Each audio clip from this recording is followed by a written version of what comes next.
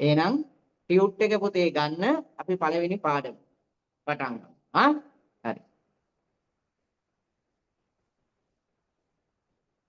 දැන් ඕගොල්ලෝ දන්නවා පුතේ නාට්‍ය කලාව කියන්නේ මොකක්ද කියලා නේද? දැන් ඕකේ තියෙනවා අපි දැන් 9 වසරේදී ඉගෙන ගත්ත පුතේ නාට්‍ය ආරං කලාව කියන්නේ මොකක්ද කියලා. දැන් ඔය පාඩමට අදාළ විස්තර ටිකක් අපි කතා කරා කොයිදද? දෙවෙනි වාරයේදී කතා කරපු දෙවෙනි වාරයේ පළවෙනි පාඩමේදී නාට්‍ය කලාවේ විශේෂතා කියන පාඩම තුල සමාන කරුණු සාකච්ඡා කරා. ඒකේ දිගුවක් විදිහට තමයි පුතේ දැන් මේ අද පාඩම කරගෙන යන්නේ. ඒ නිසා අපි බලමු ටියුට් එකේ කොහොමද තියෙන්නේ මුලින් පුතේ. නාට්‍ය කියන්නේ මොකක්ද? දැන් අපි එදා කතා කරා නාට්‍ය කියලා කියන්නේ යමක් කරපෙන්වීම කියලා සරල විදිහට සාකච්ඡා කරාට නාට්‍ය කියලා කියන්නේ විශේෂයෙන්ම තෝරා ගන්නා ලද සිද්ධි හා අවස්ථා ඇතුළත් යම් කතා පුවතක් සතර අභිනය උපයෝගී කරගෙන ප්‍රේක්ෂකයා වෙත ඉදිරිපත් කරන යම් නිර්මාණයකට තමයි පුතා නාට්‍ය කියලා කියන්නේ. හැබැයි හොඳට මතක තියාගන්න පුතේ මේ නාට්‍ය කියන එක මේ විදිහට නිර්වචනය කරාට ලෝකේ නාට්‍ය කලාව පිළිබඳව විවිධ නිර්වචන ඉදිරිපත් කරපු දාර්ශනිකයෝ ඉන්නවා. ඒ නිසා මේ නාට්‍ය කලාව පිළිබඳව ලෝකයේ විවිධ මත ඉදිරිපත් කරපු දාර්ශනිකයින්ගේ මතත් එක්ක තමයි අපි අද සාකච්ඡා කරන්නේ මේ නාට්‍ය කලාව කොහොමද කියන එක පිළිබඳව. නිසා ටියුට් එක ගන්න පුතේ ඒකේ තියෙනවා කොටු නේද? නාට්‍ය යනු මොකක්ද කියලා තියෙනවා. ඒ අනුව අපි ඒ විචාරකයන්ගේ මත සාකච්ඡා කරන්න යනවා. ඔය කොටුව තුල ලියා ගන්න පුතේ මොනවා හරි අපහැදිලි කීමක් තියෙනවනම් සර්ට කතා කරලා කියන්න. දැන් අපි ඔය කොටුවේ ඇතුලේ ලියා ගන්නවා නිර්වචනය. කොටුවෙන් පිට චුට්ටි ඉරිකැලක් ගන්න ලියා ගන්න මේ නිර්වචනය ඉදිරිපත් කළ දාර්ශනික මතය ඉදිරිපත් කළ කවුද? ඒ පඬිවරයා එහෙම නැත්නම් මේ මතය ඉදිරිපත් කළ පුද්ගලයාගේ නම. හරි. එතකොට මුලින්ම අපි කතා කරමු ඇරිස්ටෝටල්. ඇරිස්ටෝටල් කතා කරා මේ නාට්‍ය කියන්නේ මොකක්ද කියන එක පිළිබඳව. ඇරිස්ටෝටල් කිව්වේ මොකද්ද? ලියා ගන්න පුතේ ලෝකයේ පැවැත්ම අනුකරණය කිරීම නාට්‍යයයි. පළවෙනි කොටුවේ ලියා ගමු ලෝකයේ පැවැත්ම අනුකරණය කිරීම නාට්‍යයයි. කවුද කිව්වේ? හරි. දැන් අපි කතා කරමු ඊළඟට. මම හිතන්නේ ලියලා ඇතිනේ. අග්ගා ලියා ගමු මන්ට වැඩ ටිකක් තියෙනවා කරගන්න. ස්පීඩ් එකත් හදාගමු ඔය ගමු නේද? මේ නෝට් එකක් එක්කම යන්නේ නැත්නම් මට ඕගොල්ලන්ට ෆිල් කරපු නෝට් එකක් මම දෙන්න පුළුවන්. නමුත් මම මෙහෙම නොකර මෙහෙම කරන්නේ ඕගොල්ලෝගේ ස්පීඩ් එක හදා ගන්නත් ඕනේ. ගොඩක් දරුවන්ගේ ස්පීඩ් එක මදි සහ අකුරු නිවැරදිව ලියා ගන්නත් ඕනේ. නේද? හරි. ඊගාට තියෙනවා විවිධ භාවයන්ගෙන් යුක්ත ලෝකයේ විවිධ භාවයන්ගෙන් යුක්ත ලෝකයේ පැවැත්ම අනුකරණය කිරීම නාට්‍යයයි. විවිධ භාවයන්ගෙන් යුක්ත ලෝකයේ පැවැත්ම අනුකරණය කිරීම නාට්‍යයයි. කවුද කිව්වේ පුතේ? භරත මුනි පඬිවරයා. භරත මුනි පඬිවරයා. ඒක මතකදී අපි පළවෙනි දවසේ කරපු පාඩමේදී මම ඕක විශේෂයෙන් මතක් කරගන්න පොඩි ටොපික් එකක් කියලා දෙනවා. මතකද ඒක? මොකද්ද? මහ ප්‍රාණ භයන්න භරත මුනි භාවයන්. මතක වෙන්නේ ජීවිතේට. ඒකට මතක තියාගන්න. ඒ නිසා අපි පාඩම් කරනකොට මේ මොකද පොඩි පොඩි ටොපික් තියාගන්න ඕනේ පුතේ පාඩම් මතක හිටින්න ඉස්සරහට ඒව කියලා දෙනවා. හරි. දැන් අපි මත දෙකක් ඉදිරිපත් කරපු මත දෙකක් කතා කරා. ඊළඟ මතේ දාර්ශනික මතයක්. ලියා ගන්න පුතේ අවස්ථා අනුකරණය කිරීම නාට්‍යයයි. අවස්ථා අනුකරණය කිරීම නාට්‍යයයි. කවුද පුතේ අවස්ථා අනුකරණය කිරීම නාට්‍යයයි කියලා කිව්වේ? අවස්ථා අනුකරණය කිරීම නාට්‍යය. කවුද? කියන්න. ධනංජය පඬිවර. ධනංජය පඬිවරයා තමයි කිව්වේ අවස්ථා අනුකරණය කිරීම නාට්‍යයයි. ලියා ගන්න පුතේ. අවස්ථා අනුකරණය කිරීම නාට්‍යයයි. ඔන්න ළමයින්ට පැටලෙන තැන. කැපැලෙන තැන. ඔන්න අහගන්න. මොකද්ද? දැන් අපි කතා කරේ අවස්ථා අනුකරණය කිරීම නාට්‍යයයි. අනුකරණය බලන්න. අනුකරණය. අනුකරණය.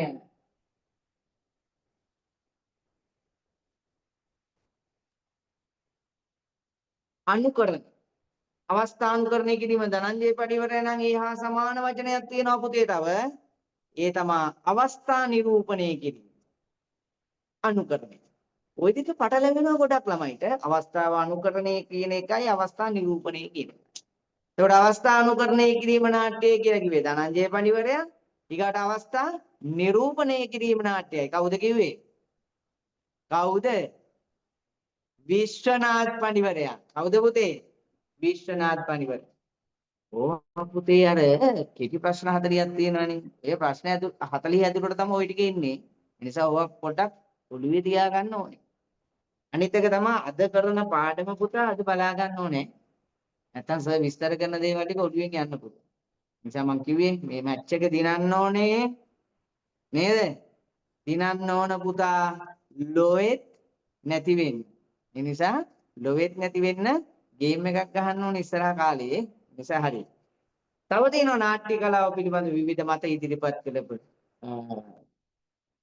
විචාර සහ ඒ විචාරකින්ගේ මත මොනවද? දැන් අපි කතා කරා නේද? ලෝකයේ පැවැත්ම අනුකරණය කිරීම නාට්‍යයයි, අවස්ථා අනුකරණය කිරීම නාට්‍යයයි නේද? විවිධ භාවයන්ගෙන් යුක්ත ලෝකයේ පැවැත්ම අනුකරණය කිරීම නාට්‍යයයි නේද? ඊගාවට අවස්ථා අනුකරණය සහ අවස්ථා නිරූපණය. මේ දෙක වෙන වෙනම ලියා ගන්න ලස්සනට. කොටු ඇතුලේ ලියුවා මොකද්ද? මොකද්ද ලියන්නේ මතය? ඊට පස්සේ ලියනවා මත ඉදිරිපත් කර පුද්ගලයා දාර්ශනිකයා. ඊගාට මොනවද? නාට්‍ය පිළිබඳ විවිධ මත. අපි කතා කරන නාට්‍ය වූ කලින් මොකද්ද? බැලීමෙන් රස විඳිය හැකි මොකද්ද? දෘශ්‍ය කලාව. බලා රස විඳිය හැකි දෘශ්‍ය කලාවක් විදිහට නාට්‍ය කලාව හැඳින්වනවා. කවුද? කවුද? ඉදිරිවීර සරච්චන්තුමා. ඉවද උදේ? එයා ගන්න. මොකද්ද? නාට්‍ය වූ කලී බැලීමෙන් රස විඳිය හැකි කලාව. ඉදිරිවීර සරච්චන්ද. එතනනේ තව ඉන්නවා මත ඉදිරිපත් කරපු අය. කොටු ඉඩමදි නම් යටින් චුට්ටක් ලියාගමු මේ මත ටිකත් ඈ. පුතාලා ඔය ගම පොඩි ෂෝට් නෝට් බුක් එකක් ළඟ තියාගන්න සර් කරන විස්තර කිරීමේ වැදගත් කරුණෝ පුතා මොකද කරන්නේ ෂෝට් එකක් ගහගන්න ෂෝට් නෝට් එකක් විදිහට ගහගන්න ඒක ගොඩක් තියනවා කරන්නේ හරි බය වෙන්න එපා කරගන්න පුළුවන් හරිද ඊළඟ එක මොකද්ද නාට්‍ය කියන්නේ සමාජයට කැඩපත ඇල්ලීම කවුද කිව්වේ සමාජයට කැඩපත ඇල්ලීම නාට්‍ය කවුද කිව්වේ කවුද කිව්වේ කවුද කිව්වේ විලියම් ෂේක්ස්පියර් ලියන්න සමාජයට කැඩපත ඇල්ලීම විලියම් ෂේක්ස්පියර් සමාජයට කැඩපත ඇල්ලීම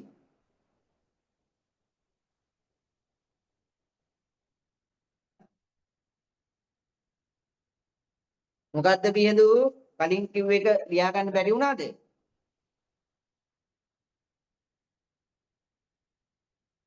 ඈ පුතේ අන්න එහෙම කියන්නේ මොකද නාට්‍ය වූ කලී බැලීමෙන් රස විඳිය හැකි කලාව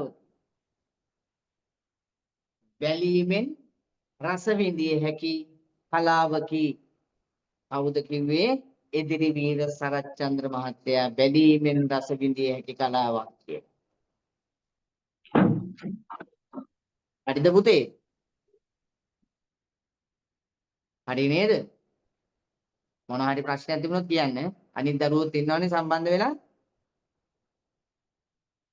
හරි එහෙනම් ඊළඟ එක ලියන්න මොකද්ද නාට්‍ය anu සමාජයට කැඩපත ඇල්ලීමකි විලියම් ෂේක්ස්පියර්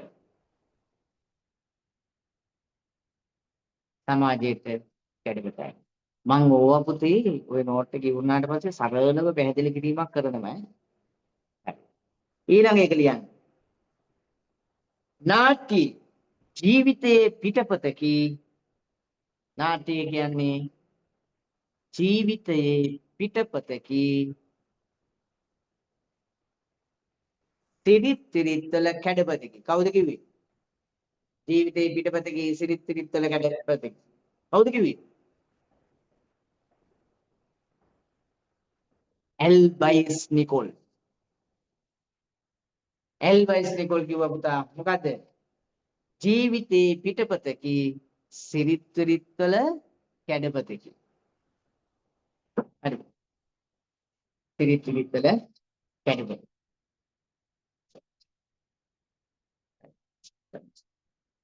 සිරිත් සිරිත්වල කැඩපත. දැන් ওই ටික පැහැදිලිද පුතේ ලියාගත්ත නේද? ඈ? හරිනේ? හරිනේ? මං එන මොන පොඩි පොඩි පැහැදිලි කිරීම වලට යනවා. හරි.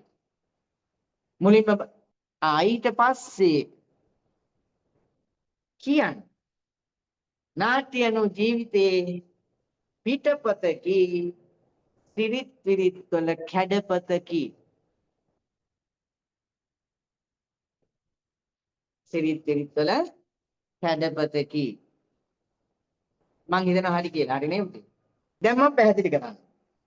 පළවෙනි එක තමයි ලෝකේ පැවැත්ම අනුකරණය කිරීම නාට්‍යය කියලා කියන්නේ ඇරිස්ටෝටල් කිව්වා මොකද්ද පුතේ මේ ලෝකේ පැවැත්ම කියලා. මේ ලෝකය මේ අපි එළියට ගිහපුවම පේන්නේ මොකද්ද අපේ ලෝකේ. ඔය ලෝකේ පවතින ආකාරයේ නාට්‍යයක්. ඇත්ත නේනම් පුතේ. ඇයි ඔය සමාජය ඇතුළේ විවිධ මිනිස්සු ඉන්නවා. විවිධ පුද්ගලයෝ ඉන්නවා. විවිධ හැසිරීම් රටාවන් තියෙනවා. තියෙනවද නැද්ද? තියෙනවා. ඉතින් අනේ හැසිරීම් රටාවල් අපි බලාගෙන ඉන්න එක නාට්‍යයක් වගේ නෙමෙයි. නාට්‍යයක්නේ. එතකොට මේ ලෝකයේ පවතින ස්වභාවයේ පැවැත්ම අනුකරණය කරනවා. ඒකේ ඒ පරිසරයේ සිද්ධ වෙන දේවල් රූපණ ශිල්පීන් විදියට නළු නිළියන් මොකද කරන්නේ? ඒක අනුකරණය කරලා වේදිකාව මත නිරූපණය කරලා පෙන්නන. නාට්‍යයක්. නේ? ඕකේ දුක, සැප නේද? ඔය හැමදේම තියෙනවද නැද්ද? තියෙනවා. නාට්‍යයක දුක, සැප නැද්ද? තියෙනවා. hina යන දැන් නැද්ද? තියෙනවා. හාස්‍ය තියෙනවා. මේ සමාජයේ නැද්ද hina යන දැන්? තියෙනව නේද? ඈ ඒතර අඬන දොඩන නේද? කලකිරීම ඇති වෙන ඒ වගේ මේ සිනා මුසු මුහුණෙන් ඉන්න මිනිස්සු නැද්ද ඉන්නවා. ඒකට ඔය වගේ දේවල් වල අනුකරණයක් නෙවෙයි පුතේ මේ නාට්‍ය තුල වෙන්නේ. අනුකරණය. ඒක ලෝකේ පැවැත්ම අනුකරණය කිරීම නාට්‍යයි. ඊට පස්සේ දැන් භරත මුනිවරයා කියනවා විවිධ භාවයන්ගෙන් යුක්ත ලෝකේ පැවැත්ම අනුකරණය කිරීම. මොකක්ද භාවයන් කියන්නේ මොකක්ද? විවිධ භාවය. නේද? දැන් අපි මූණ දිහා බලපුවාම පුද්ගලික විවිධ භාවයන් නිරූපණය වෙනවා නේද? නේද? දැන් ඔය ඉස්කෝලේ හැරිලා එහෙම ආවට පස්සේ ඔය දුවලා පුතාලා මොකද වෙන්නේ? සපත්තු දෙකේම ගලවන්නේ නැතුව, මේ ඇඳුම ගලවන්නේ නැතුව පුදුවට වෙලා නේද? ඉඳගෙන ඔය පොඩි කයියක් ගහගෙන ඉන්නකොට අම්මගේ මූණේ විවිධ භාවයන් මතුවෙනවා පුතා. මතුවෙනවද නැද්ද? මතුවෙනවා. නේද? ඔය භාවයන් කියන එක මනෝමූලිකයි. මනස මූලික කරගෙන තමයි භාවයන් ඇති වෙන්නේ. එතකොට ඔය මිනිස්සුන්ගේ මූණවල් දිහා බලපුවාම නැත්තම් මේ මිනිස්සුන්ගේ විවිධ භාවයන් තියෙනවා පුතා. ඒ භාවයන් නේද? නිරූපණය කරන එක මොකද්ද? නාට්‍යය. නාට්‍යය තුළ ඔය විවිධ භාවයන් නිරූපණය වෙනවා. එතකොට නාට්‍ය කියන එකේ මතයට ඒක නිවැරදිද නැද්ද? නිවැරදි. නේද? මේ හැමෝම කිව්වේ ඇතුලේ තියෙන එක අදහසක්.